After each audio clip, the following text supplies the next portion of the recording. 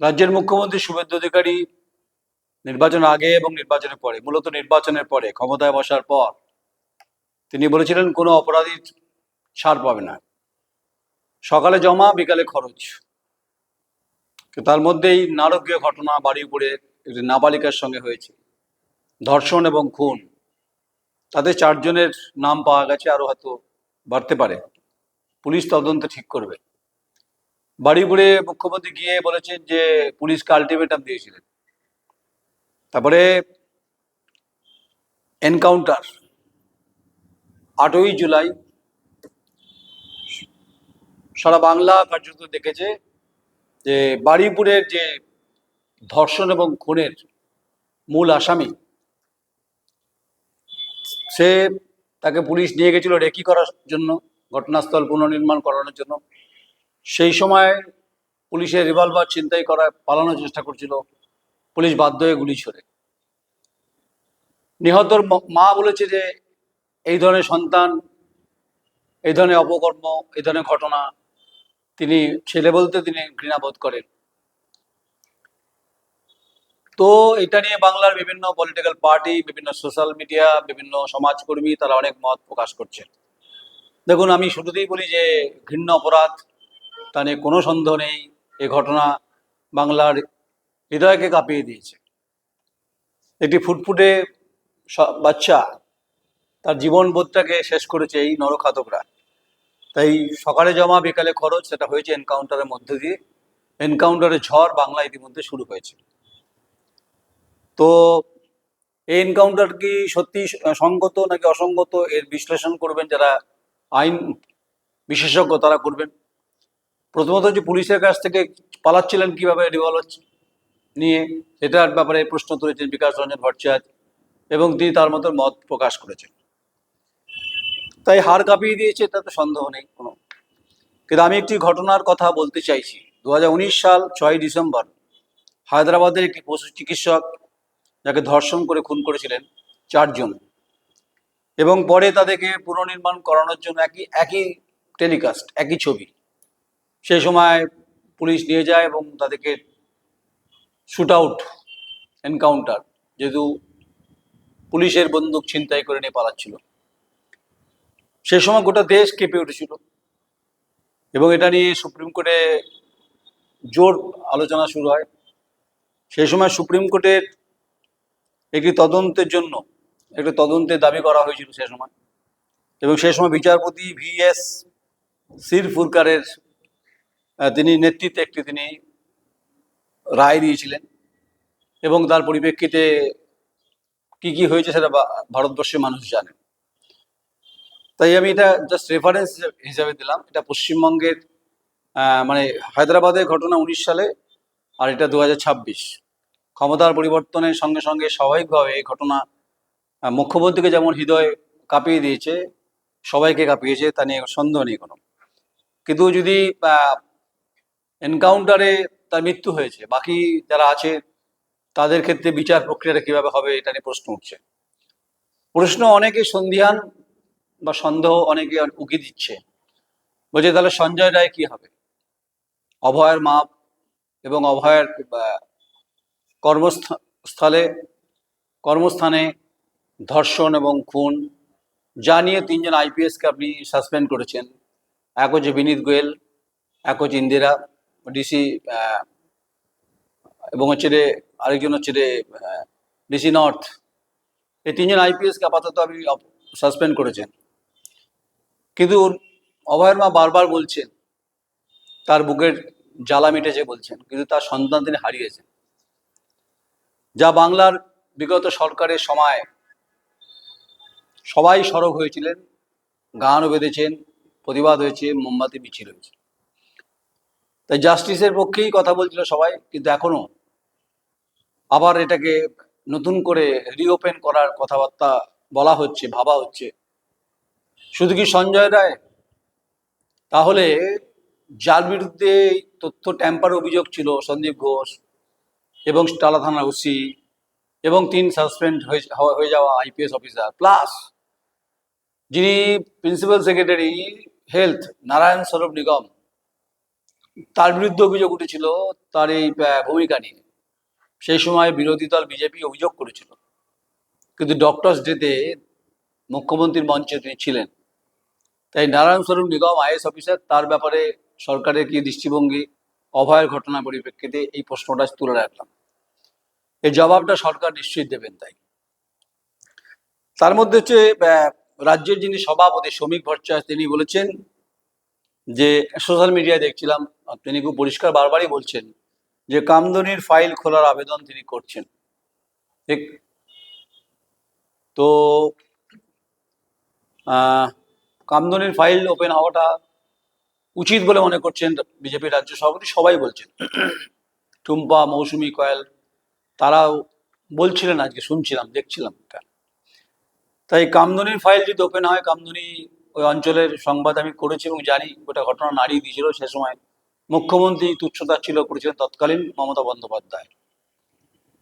অর্থাৎ এই কামদুনি অবশ্যই মমতা বন্দ্যোপাধ্যায়কে, মানে জানি না তার লজ্জা হয়েছিল কিনা, একটা নির্লজ্জের একটা ছবি পশ্চিমবঙ্গে ঘটেছিল কামদুনি। সেই এখনো আছে সেই বড় গেটটা, যেখানে নিয়ে গিয়ে নৃশংস তার দেহ ক্ষতবিক্ষত করে দিয়েছিল নরখাতকরা, তারা কিছু ঘুরে বেড়াচ্ছে। যেটা শ্রমিক ভট্টাচার্য বলেছেন, পূর্ণ সমর্থন অবশ্যই সবাই করছেন। আর সাংবাদিকের কাজ তো সংবাদটা করা এবং পোস্টমর্টম করা। কিন্তু তার সঙ্গে সঙ্গে বেশ কিছু কথা উঠে আসছে, যে কথাগুলো সমাজ জীবন থেকে উঠে আসছে। যখন আপনি পোস্টমর্টম করবেন কোনো খবরের, স্বাভাবিক বা স্বভাবতই যে দৃষ্টিভঙ্গির যে নিরিখে আপনার কিছু পুরনো ইতিহাস দগদগে যা আজও টাটকা বলে মনে হচ্ছে, সেগুলো তদন্ত হওয়ার দরকার বলে অনেকে মনে করছেন। অবশ্যই জ্ঞানেশ্বরী যে রেল দুর্ঘটনা এবং সেই সময় কি ঘটেছিল, তখন লেফট ফ্রন্ট গভর্নমেন্ট, এবং এখনো দুমড়ে মুচড়ে আছে সেই জ্ঞানেশ্বরী যে ট্রেনটা, সেটার ব্যাপারে রেলের কি ভূমিকা, এখনো তদন্তের কি পরিস্থিতি, যেহেতু রাজ্যের মধ্যে পড়ছে পশ্চিমবঙ্গে, সেটা জ্ঞানেশ্বরী রেল দুর্ঘটনায় নিহত বহু। এ ব্যাপারে শুভেন্দুবাবু, আপনি মুখ্যমন্ত্রী, আপনি জ্ঞানেশ্বরী যে রেল দুর্ঘটনার পূর্ণাঙ্গ তদন্ত রেলকে দিয়ে করাবেন কিনা, এই আবেদন উঠছে। আরেকটা আবেদন উঠছে যে কোটেশ্বর রাও কিষাণজি বরিশালের জঙ্গলে এনকাউন্টারে তার মৃত্যু হয়েছিল, এবং সেই সময় এ রাজ্যের ক্ষমতায় এসেছেন সবেমাত্র মমতা বন্দ্যোপাধ্যায়। 2011-র 24শে নভেম্বর সন্ধ্যেবেলা সংবাদ এলো যে কোটেশ্বর রাও এনকাউন্টারে মৃত্যু হয়েছে। বিতর্কে যাওয়ার কোনো প্রয়োজন নেই, জানিয়ে একসময় বিভিন্ন আল্টারলেফট যারা আছেন তারা অনেক কথা বলেছেন, তারা বলেছেন তদন্ত হোক। তো সেই সময়, কারণ 2004 এবং 2009 তখন হচ্ছে ইউপিএ 2, তখন দেশের স্বরাষ্ট্রমন্ত্রী পি চিদাম্বরম। তো কোটেশ্বর রাওয়ের মৃত্যু, অর্থাৎ কিষাণজি মৃত্যুর ফাইল ওপেন করার দাবি সবাই তুলছে, উঠছেও। তাই ঝাড়গ্রাম থেকে বরিশাল থেকে জঙ্গলমহলের বহু আদিবাসী মুখ তারা বলছেন যে যখন কামদুনির ফাইল ওপেন হওয়ার জন্য রাজ্য সভাপতি আবেদন করছেন, একইভাবে কোটেশ্বর রাও কিষাণজির যে এনকাউন্টার, সে ফাইলটার পূর্ণাঙ্গ তদন্ত করা হোক বলে দাবি করছে। দেখুন, দাবি করতেই পারে, কারণ সেই সময় যারা এসপি ছিলেন, এখন তারা কোথায় কোথায় আছেন, নিশ্চয়ই তারা এখন কর্মজীবনে নেই এখন। তাই কোটেশ্বর রাও কিষাণজি নিয়ে এখনো দ্বন্দ্ব আছে, সন্দিহান আছে, সন্দেহ আছে, সন্দেহের অবকাশ রয়েছে। তো এই অবকাশের অবসান ঘটানোর দায়িত্ব মুখ্যমন্ত্রী শুভেন্দু অধিকারী আপনি নিশ্চয়ই করবেন। এবং নন্দীগ্রাম যে গণহত্যা, যেটা নিয়ে বামফ্রন্টের বিরুদ্ধে ভয়ঙ্কর যে অভিযোগ, নতুন সূর্যোদয়ের কথা, এবং হচ্ছে যে নন্দীগ্রামে কেমিক্যাল হাব, লক্ষণ সেটে সেই বিজ্ঞপ্তি পরিপ্রেক্ষিতে এসডিএ চেয়ারম্যান যা বুদ্ধদেব ভট্টাচার্যকে কলঙ্কিত করেছিল, যেটা বিভিন্ন সময় আপনিও বলেছেন অনেক কথা। আপনি যখন তৃণমূল কংগ্রেস ছেড়ে বেরিয়ে আসেন, নন্দীগ্রাম ঘটনা পরিপ্রেক্ষিতে আপনার বাবা শিশির অধিকারীও বলেছেন যে মমতা বন্দ্যোপাধ্যায় হয়েছে, নন্দীগ্রাম না থাকলে হতো না। এবং নন্দীগ্রাম আন্দোলনে আপনাদের ভূমিকা নিয়ে অনেক প্রশ্ন অনেকে করছেন, আমি প্রশ্ন করছি না, আমি বলছি নন্দীগ্রামে যে গণহত্যা এবং তেখালি ব্রিজে যে ঘটনা, তার পূর্ণাঙ্গ তদন্তের ফাইল ওপেন হোক, এ দাবি উঠছে নন্দীগ্রামের সমাজ জীবন থেকে। দাবিটা উঠছে। প্রশ্ন করবেন সমাজ জীবনটাকে, চিকিৎসক, সাংবাদিক, উকিল, আইনজীবী, সাধারণ মানুষ, ছাত্রছাত্রী সবাই এই দাবিটা তুলছেন যে যখন কামদুনি ফাইল যখন ওপেন হবে, বলছেন রাজ্য সভাপতি সমীপ ভট্টাচার্য, এগুলো নয় কেন, এক যাত্রার পৃথক ফল হতে পারে না? তাই আপনাকে একটু ব্যাক হিস্ট্রি যেতে হবে।